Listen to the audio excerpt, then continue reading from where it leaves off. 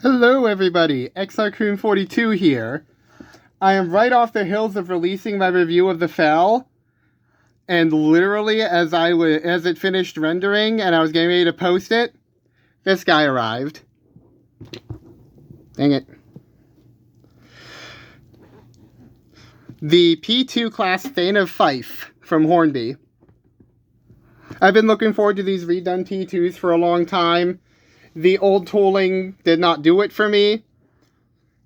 Partially because they only had one example allowed for in the tooling, and two, even the main range one was kind of lackluster in terms of detail. Like, they called it a main range model, and yet the CAD detail was ultra basic.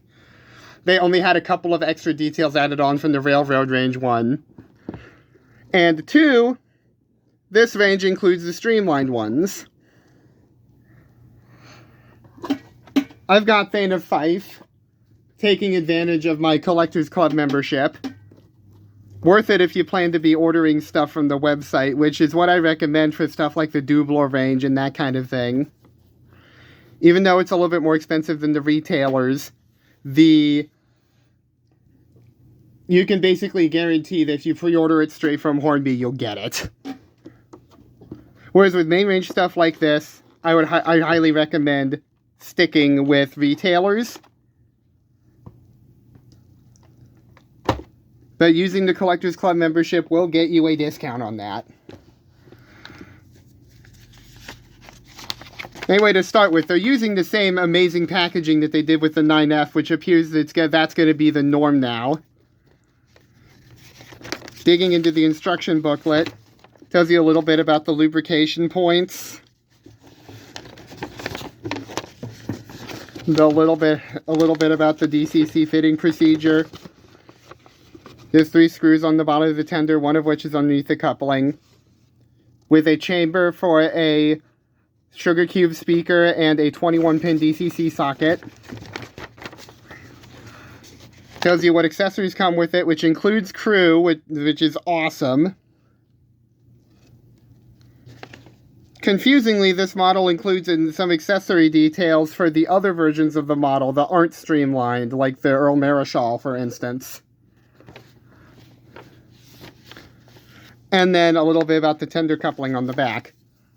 The tender, as we're seeing now, the tender coupling that was used on the Dublo Scotsman models is now becoming the standard. And I really like that. It's a good design, it's a sturdy design, and it's an electrically consistent design. Okay, let's dig into the accessory bag. You've got cylinder drains. There's cylinder drains in there. You've got the flanged axle for the rear pony truck. You've got a NAM coupling for the front end. You've got the crew. And then you've got these nameplates. I can tell just from feeling those are just plastic plates. The decoration on them is really nice, but I really do think at this price point we should have etched nameplates. And then there is also a pivoting screw-link coupling in there, which I will certainly be fitting. I'm the kind of guy that likes my locomotives to have a realistic front end. Now let's get into the locomotive itself.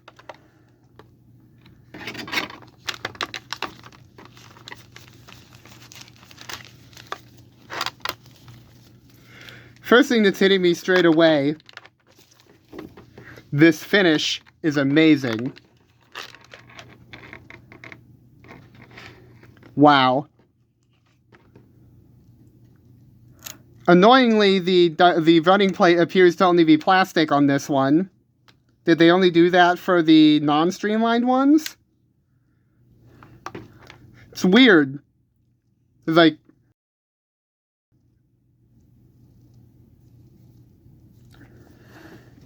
anyway, let's get her out of the box. Get a closer look.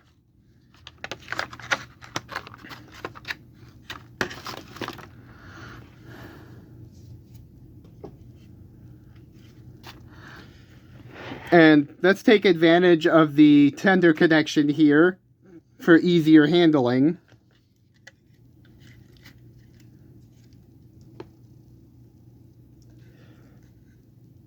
This is gorgeous. So starting at the front end, you got the sprung buffers. There's vacuum pipe already fitted on there. The front pony is very free to move. It's got guard irons represented on it and an M socket, so you can fit that coupling. A load of separately fitted lamp brackets that are all perfectly straight and perfectly fine scale. Got the running number painted across the buffer beam, if you could even call it that on this version. Moving up to another lamp bracket, you got the whistle, which I can't quite tell if that's plastic or metal. I'm leaning plastic, but it does look good. The paint tone they used for it is good. Thane of Fife was the one member of the class to have a single chimney, and that is represented here. The lining is all extremely precise. I cannot fault that at all. There we go. Got the handrail along the side. You got that pipe. The printed nameplate does look good. You've got all the bits on the running plate, these turning handles, the lubricators, those are all fitted perfectly straight. I don't see glue anywhere.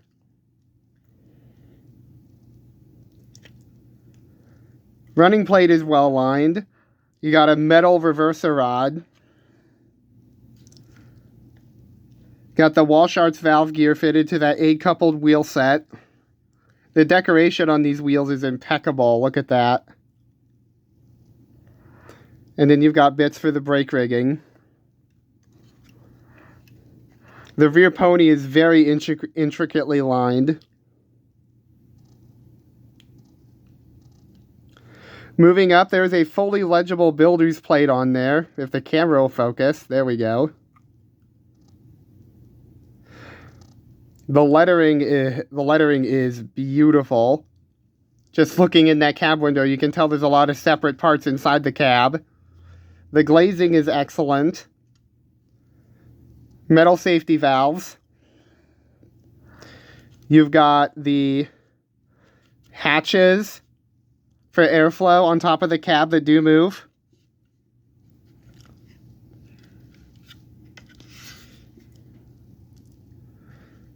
Looking at the other side, you've got this speedometer fixture, which is not directly connected to the valve gear, but that I'm okay with. I've always said I hated the fully pivoting ones that are connected.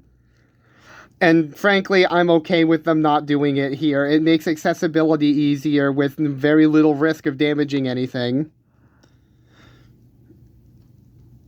Again, with that lettering and the builder's plate. Some more lubricators. Interesting feature here, these splashers are not a feature on the A4s, of which this streamlined nose is derived from. And let's get a look in that cab.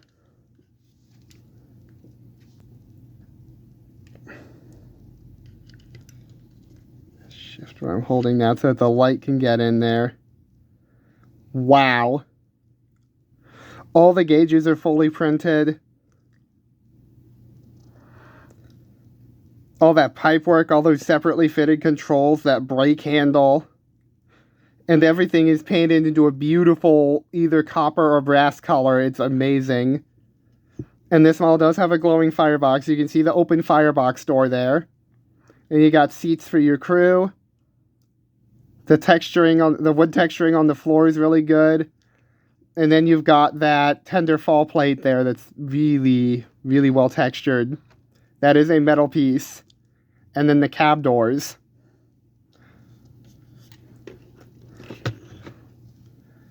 One second here. Now let's get a good look at the tender. Once again, the frames are intricately lined. And there's like 2 layers of lining on the tender. You see you've got one around the outside edge, and then you've got the main lining that outlines the L and the R lettering, which is portrayed flawlessly. Got the handrails. Moving around the back, there's a vacuum pipe fitted and a hook that's ready to accept a screw link should you decide to add that yourself. Got a bunch of lamp brackets, you got steps up there, you got more sprung buffers.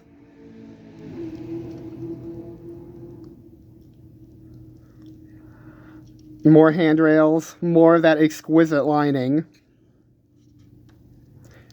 And also the brake rigging on either side. That frame detail is exquisite. The springs and the axle boxes, it's all there. And some of it appears to be separately fitted, or if it's not, it's very well molded. If you look at the top, you've got the water filler cap that's very well detailed. And this coal load, I know this coal load is removable, but it's rather difficult in this particular model. Hornby, once again, have nailed the detail. And I'm going to get this down onto the track and show you how she runs. And I am now trackside.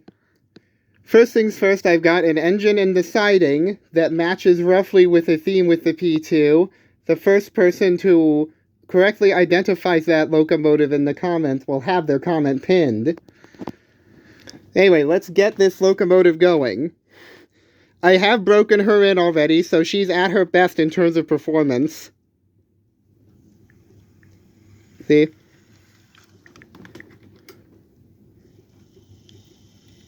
Oh.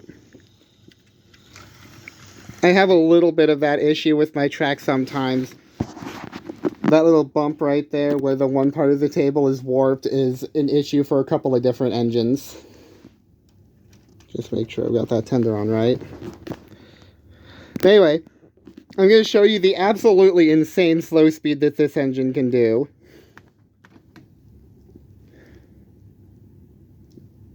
Is it going?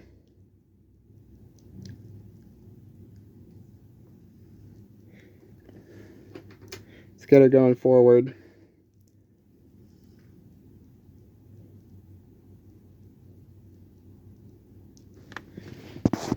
Hey, look at that.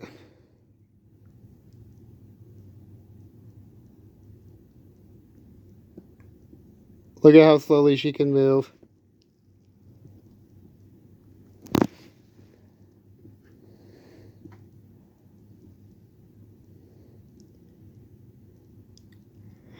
See, look at that. She can move that slowly, that smoothly. I don't know what kind of upgrade Hornby have made to their mechanisms, but I hope this continues. This is awesome. Like, you would never realistically need a big express engine like this to be able to move this slowly. But it can, and that speaks to the quality of the mechanism in this thing. And, like, it's got a big old flywheel in it, too. That smooths the transitions between the speeds. And it also means you get some cool features in terms of the overall performance, like wrong direction. Even at a slow speed, if I cut the power, it stops gently. Like, see?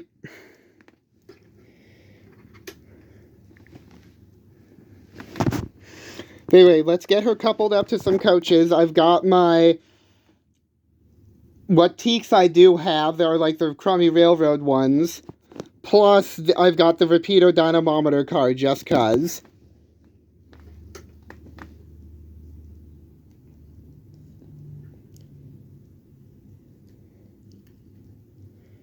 Like, I can get the most controlled coupling with this thing. Oh. I'm going to have to pull stuff forward a little bit because the coaches are on the curve and the couplings aren't lining up here. Let's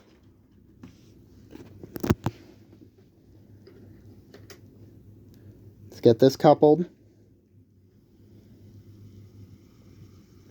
So smooth. No matter how fast or slow I run it, it's insanely smooth. Let's start her off. And the more power I turn on, the repeato car lights up.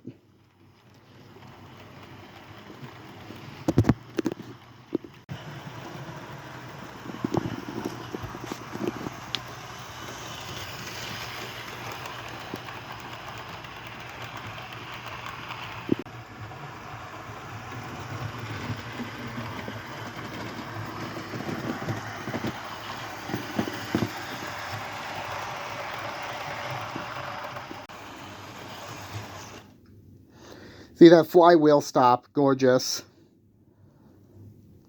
So my final thoughts and ratings here. This model is excellent. It is beautiful. It is an amazing runner. It's very high quality. The normal RRP for these P2s is around £254.95, which is very expensive. That's true. But as I've demonstrated here, you get what you pay for in terms of the quality, the performance, and the detail. However, I didn't pay quite that for mine, so the value for money rating on mine will be a 4-star because I bought the Collector's Club, which is about 50 quid cheaper. Not accounting for the fact they have to have the membership beforehand. But I'd be giving it'd be a 3 for value if I had one of the main range models. But since I have the Collector's Club one that's cheaper, 4 out of 5 for value. The detail, I can't give any less than 5, and you saw exactly why. Perfectly modeled valve gear, good metal detail parts, everything is fitted perfectly straight, everything that can be represented reasonably is. That cab is absolutely exquisite. What can I say? 5-star for detail. The performance I also have to give a 5-star. Now, I have seen some stuff about these, and I've experienced this a tiny bit myself, just not as much, that this engine does struggle on some tighter curves. However, based on the kind of crawl it can do, and other torque tests I've seen done, and, I've done these myself off-screen, but, this thing doesn't struggle to turn its wheels at all when you put resistance in front of the engine, okay? So I don't think the issue is with the torque. I think the issue is just that the wheelbase is really big. An 8-coupled wheelbase like that on an 00 scale engine is a lot for a mechanism to deal with. So, of course, it's going to slow down on some tighter curves. So my recommendation for those of you who have one of these or are planning on getting one of these, just make sure that you're running it on an outside loop of track that's using a minimum of 3rd radius. Even though it can handle 2nd radius technically, I recommend doing 3rd radius just to not strain the mechanism too much.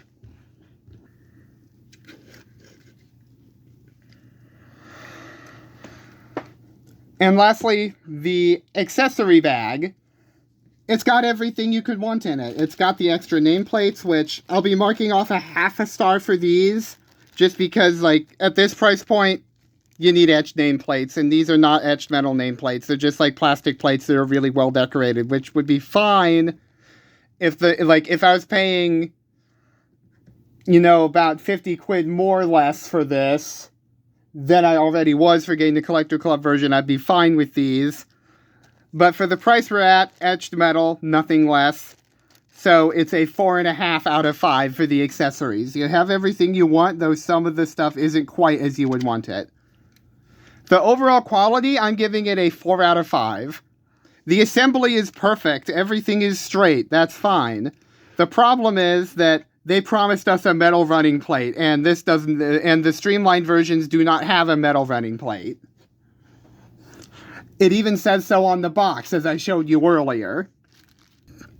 But overall, I'm very pleased with this model. It's a proud addition to the collection, and I'll be showing off the insane performance this thing gives to all of my friends in the future. Have a good night, folks. Take care.